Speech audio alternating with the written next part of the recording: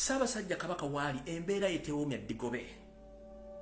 yeetaaga okutwala ewa Kasujja ajjanjabibwe naye olw'enkwezenge zitudde Mmengo olw'okuba nti n'abali mu dictionary bakozi ba gavumenti y'ensonga lwaki batandise okujja ku mitimbagano okutiisatiisa abaana obutayogera ku nsonga nabagamba nti bw'olaba ng'omwana abadde ng'engajjaba ng'atandise okukola emirimu egy'enjawulo ewaka omuzadde sooka otuli wansi obuuze omwana ono abalaka ki mu kkoweri erimu bwe lityo bwe mulaba nga Charles Peter Mayiga Kaloli Wassaanyaga Mulengejja atandise okwefuula bize nnyo mu bintu ebitakwatagana ku bintu biyamba bulamu bwa Ssaabasajja Kabaka kitegeeza waliwo ekigenda maaso mu ggwanga ekitereka obulungi. Njagala bategeeza nti Yoseeri n'abampembe abali Mmengo tebaagala kintu kye bayita challenging oba okubabuuza ebibuuzo bo balowooza nti okusirisa omuntu kyekikulu kya byonna era abantu bangi bannamawulire abavuddeyo okwogera ku nsonga za Kabaka bakubedda ku TV ne ku radio stations nga bagezaako okwogera ensonga zino.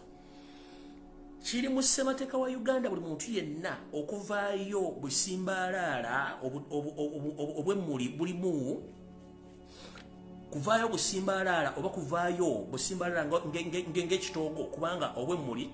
bulimu amakoona oyogere ku nsonga zino naye bw'olaba omuntu atandise okukuba ku nsolobotto oleme kwogera kitegeeza nti waliwo kye bakweka mu nsi gye tulimu tetukyagala kweka kintu kyonna twagala ebintu byogere mazima era buli muntu ategeere omuntu yenna agaana omuntu okwogera ku nsonga za Kabaka nga yetakuwadde ensonga lwaki ozoogerako ng'ate akimanyi nti Ssaabasajja Kabaka yatugamba nti guno omulembe gw'abavubuka tugukolerere era tulwanirire Obuganda kiba kitegeeza nti yatuwa obuyinza okwogera ku buli nsonga zonna n'omukuuma Ssaabasajja Kabaka aggumira bantu kituyite okumukuyingiriza yensonga lwaki nabo batuyise ku birthday run nabo batuyise ku mazaalibwa ge nabo batuyise ku matikkira oba mu kivulu kyonna tugenda okumukingiriza kati baba tuyita omukingiriza ate lwaki bw'afuna enkenyera tetusobola kwogera ku nkenyera ezo ne mutukuba ku nsolobotto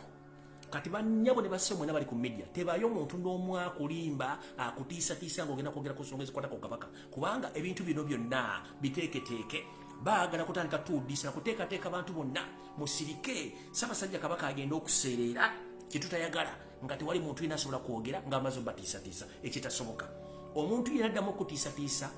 apu yo erina kye tuyita block osobola okuvaayo n'omwogerako live n'omwogera amannya ge ani akutiisatiisa kuba kino tukirabye nti abantu bennyini abatulowooza nti bali mu struggle oba baagala n'enkyukakyuka ate bajja mu box bw'abaana bagamba banaye muve ku nsonga za Buganda wakimuvumirira gavumenti ninga bali mu struggle kati baana bawala batandise n'obagamba nti sikati wakimwogera ku nsonga za Kabaka ate nga musubira okudda ewaka mulowooza munayita ku kisaawe kambabuulire kye bayita okutya bwe bulwadde obukyasinza okubeera obuzibu nnyo mu nsi teba muntu akutiisatiisa kubanga buli wamu osobola okufiirayo osobola okufa nga webase osobola okufa nga oli mu motoka osobola okufa akisidenti osobola okufiira mu nnyonyi basobola okuwa obutono obufa kati okufa tetusobola kwewala naye ofudde otya ofudde oli mu kwegadanga ofudde oli mu kunywa mwenge ofudde oli mu kwana ofudde oli mu kulya mmere oba ofudde olwanirira ggwanga lyo kyekikulu kya byonna ensi zino ffena ze tulimu ziriko abaziira omusaayi balwana bayogera bagenda makoti bakola buli kimu era bafuna okusoomozi w'okwenjawulo kati kwe tuba tufeesinga ffena teba muntu addamu okutiisatiisa ngenze mu maaso kyali ku kiggula lugi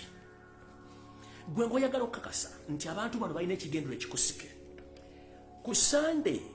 olunaku nga lutuuka enkuyanja n'enkuyanja y'abantu ne bajja okukingiriza omutanda Ssaabasajja Kabaka Ronald Muwenda Mutebi II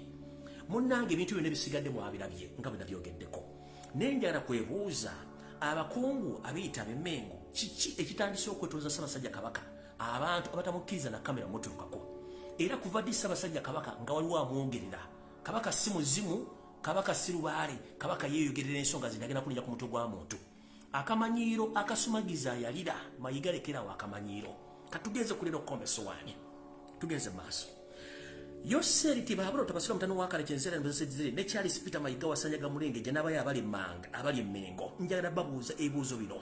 naye mulekerawo okusirwaza bannayuganda kubanga bannayuganda babuuza ekibuuzo baagala kutegeera omulanga gwavudde mu bantu ba Kabaka nga mulanga nti embeera mbi ne babuuza twagala kumanya Ssaabasajja Kabaka yabaaki era twagala Ssaabasajja Kabaka atwalibwe wa Kasujja ajjanjabibwe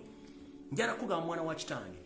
bw'olaba TV mu Uganda tekuli TV n'emu yavudde ku discussinga ddoboozi ly'abantu bye balabe ku social media kiki ekiba kigenda mu maaso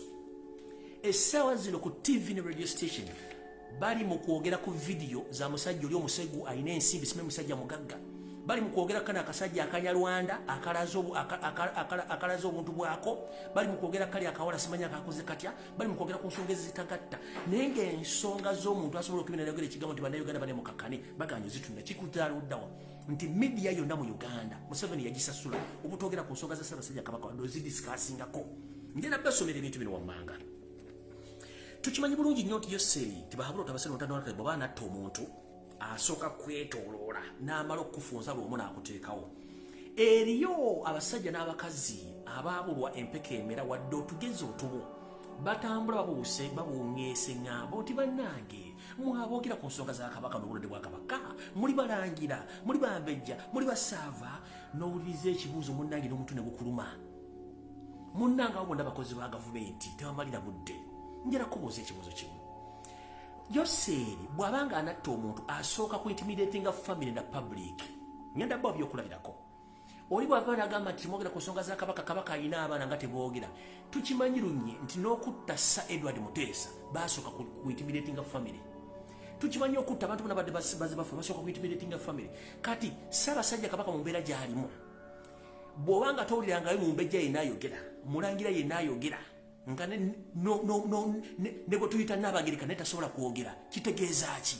waliwo kye basirikidde ekikusike mayiga yennyini ku mbeera eyabadde otasobola dde okuvayo kuwa commentary yatandise genda kulambula amasazi gye bamukoledde ekyajja bwe kyengenda bategeeza wano kitegeeza waliwo ekintu ekikyamu kati saagala bakubuzebuze musimanya abalangira n'abambejja simanya abaana ba Kabaka be balina okwogera tebakulya ssente olina right okwogera ku nsonga za Kabaka kubanga tikimwe Museveni asooka mu famire mwennyini n'agikwata ebituuliro n'esirika n'etasobola kwogera Ssaabasajja Kabaka ali mu buwambe ate Ssaabasajja Kabaka mulwadde mugi yeetaaga essaala era yeetaaga amaanyi ogateeka ku gavumenti bamukkirize agende afune obujjanjabi era balekerawo batiisatiisa ku nsonga ezikwatagana ku nsi yamwe n'Obwakabaka kubanga bo bakimanyi nti bw'osiisa bannayuganda oba okikoze